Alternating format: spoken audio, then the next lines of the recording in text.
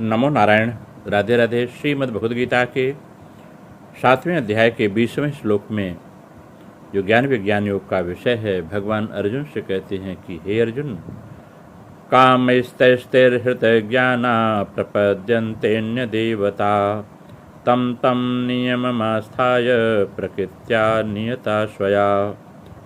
इसका अर्थ यह है कि हे अर्जुन, परंतु उन कामनाओं से जिसका ज्ञान हरा गया है, ऐसे मनुष्य अपनी अपनी प्रकृति अर्थात स्वभाव से नियंत्रित होकर उस अर्थात देवताओं के उन नियमों को धारण करते हुए अन्य देवताओं के शरण में चले जाते हैं, शरणागत हो जाते हैं।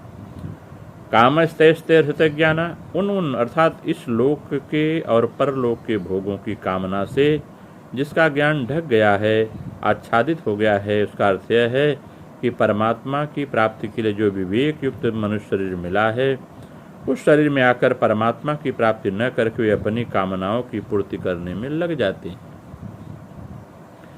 संयोग सुखी इच्छा को कामना कहते हैं। कामना दो तरह की होती है, यहाँ के भोग भोगने के लिए धन संग्रह की कामना और स्वर्गादि परलोक के भोग भोगने के लिए पुण्य संग्रह की कामना। धन संग्रह की कामना दो तरह की होती है। पहली, यहाँ चाहे जैसे भोग भोगें, चाहे जब चाहे जहाँ चाहे जितना धन खर्च करें, सुख आराम से दिन बीते आदि के लिए अर्थात संयोग जन सुख के लिए धन संग्रह की कामना होती है। और दूसरी, मैं धनी हो जाऊं, धन से मैं बड़ा बन जाऊं, इसलिए अर्थात अभिमान जन सुख के लिए धन संग्रह की कामना होती है। ऐसे ही पुण्य संग्रह कामना दो तरह की होती है। पहली, यहाँ मैं पुण्यात्मा कहलाऊँ, दूसरी परलोक में मेरे भोग मिलें। इन सभी कामनाओं में सत असत नित्य नित्य सार सार बंध मोक्ष विवेक आच्छादित हो जाता है।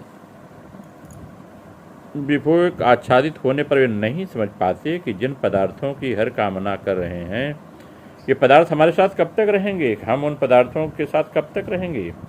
प्रकृत्या नियता स्वया, कामनाओं के कारण विवेक ढका जाने से अपनी प्रकृति से नियंत्रित रहते हैं, अर्थात अपने स्वभाव के परवश रहते हैं। यहाँ प्रकृति शब्द व्यक्तिगत स्वभाव का वाचक है, समष्टि प्रकृति का वाचक नहीं। यह व्यक्तिगत भाव मनुष्य स्वभाव शब्द में मुक्त होता है। कहते हैं कि स्वभाव में जो दोष है उसको तो मनुष्य छोड़ ही सकता है। अगर उन दोषों को मनुष्य छोड़ नहीं सकता तो फिर मनुष्य जनों की महिमा क्या हुई। मनुष्य अपने स्वभाव को निर्दोष शुद्ध बनाने में सर्वथा स्वतंत्र है, परंतु जब तक मनुष्य के भीतर कामना पूर्ति का उद्देश्य रहता है, तब तक वह अपने स्वभाव को सुधार नहीं सकता और तभी तक स्वभाव की प्रबलता और अपने में निर्बलता दिखती है। परंतु जिसका उद्देश्य कामना मिटाने का हो जाता है, वह अपनी प्रकृति का सुधार कर सकता है, अर्थात उसमें प्रकृति की परवस्था नहीं रहती। तम तम नियममास्थाय, कामनाओं के कारण अपनी प्रकृति के परवश होने पर मनुष्य कामनाओं की पूर्ति अनेक उपायों को और विधियों से ढूंढता रहता है। अमुक यज्ञ करने से कामना पूरी होगी, कि अमुक तप करने से, अमुक दान देने से कामना पूरी होगी, अमुक मंत्र जपने से होगी, आदि आदि उपाय वह व्यक्ति खोजता रहता है। इन उपायों की विधियां नियम अलग अलग होते हैं। जैसे अमुक कामना की पूर्ति के लिए अमुक विधि से यज्ञ करना चाहिए, अमुक स्थान पर करना चाहिए, आदि आदि। इस तरह मनुष्य अपने कामना पूर्ति के लिए अनेक उपायों और नियमों को धारण करता है। प्रपद्यन्तेऽन्य देवता, कामना पूर्ति के लिए अनेक उपायों और नियमों को धारण करके मनुष्य अन्य देवताओं की शरण लेते हैं, भगवान की शरण नहीं लेते। यहाँ अन्य देवता कहने का तात्पर्य है कि वे देवताओं को भगवत स्वरूप नहीं मानते हैं, बल्कि उनकी अलग सत्ता मानते हैं। इसी से उनको अंत वाला नाशवान फल मिलता है। अगर देवताओं की अलग सत्ता न मानकर उसको भगवत स्वरूप ही माने तो फिर उसको अंत वाला फल नहीं मिले, बल्कि अविनाशी फल प्राप्त होगा। यहाँ देवताओं की शरण लेने के दो मुख्य फल हुए, एक कामना का और एक अपने स्वभाव की परवशता का।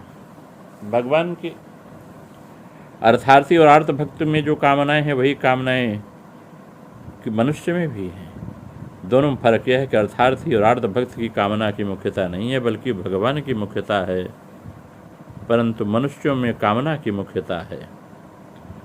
अर्थार्थी और अर्थ भक्त तो केवल भगवान के ही शरण होते हैं, पर ये मनुष्य भगवान को छोड़कर अन्य देवताओं के शरण होते हैं। कामनाएं, मनुष्य, नियम, ये सभी अनेक हुआ करते हैं। अगर अनेक कामनाएं होने पर भी उपास्य देव एक परमात्मा हो तो उपासक का उद्धार करा देगा। परंतु कामनाएं भी अनेक और उपास्य देव भी अनेक, तो उद्धार कौन करेगा? एक भगवान के सिवा दूसरा कोई वस्तु है ही नहीं। यह ज्ञान सुख की कामना के कारण ढक जाता है। यह कामना तो न तो प्रकृति बनाई हुई है, न परमात्मा की बनाई हुई, मनुष्य की अपनी बनाई हुई है, इसलिए इसको मिटाने की जिम्मेदारी मनुष्य पर ही है।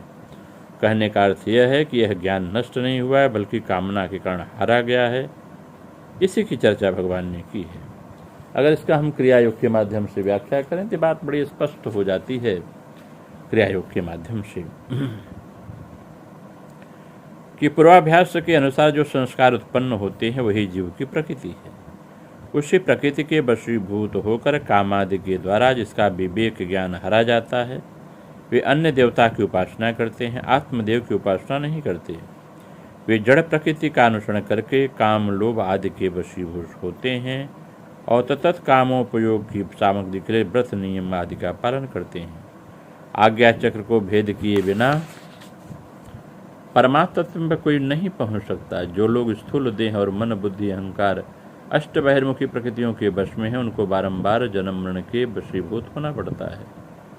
वे जिन नियमों का पालन करते हैं वह भी इस बही प्रकृति के अनुसार ही, अतः प्रकृति के बाहर नहीं जा पाते।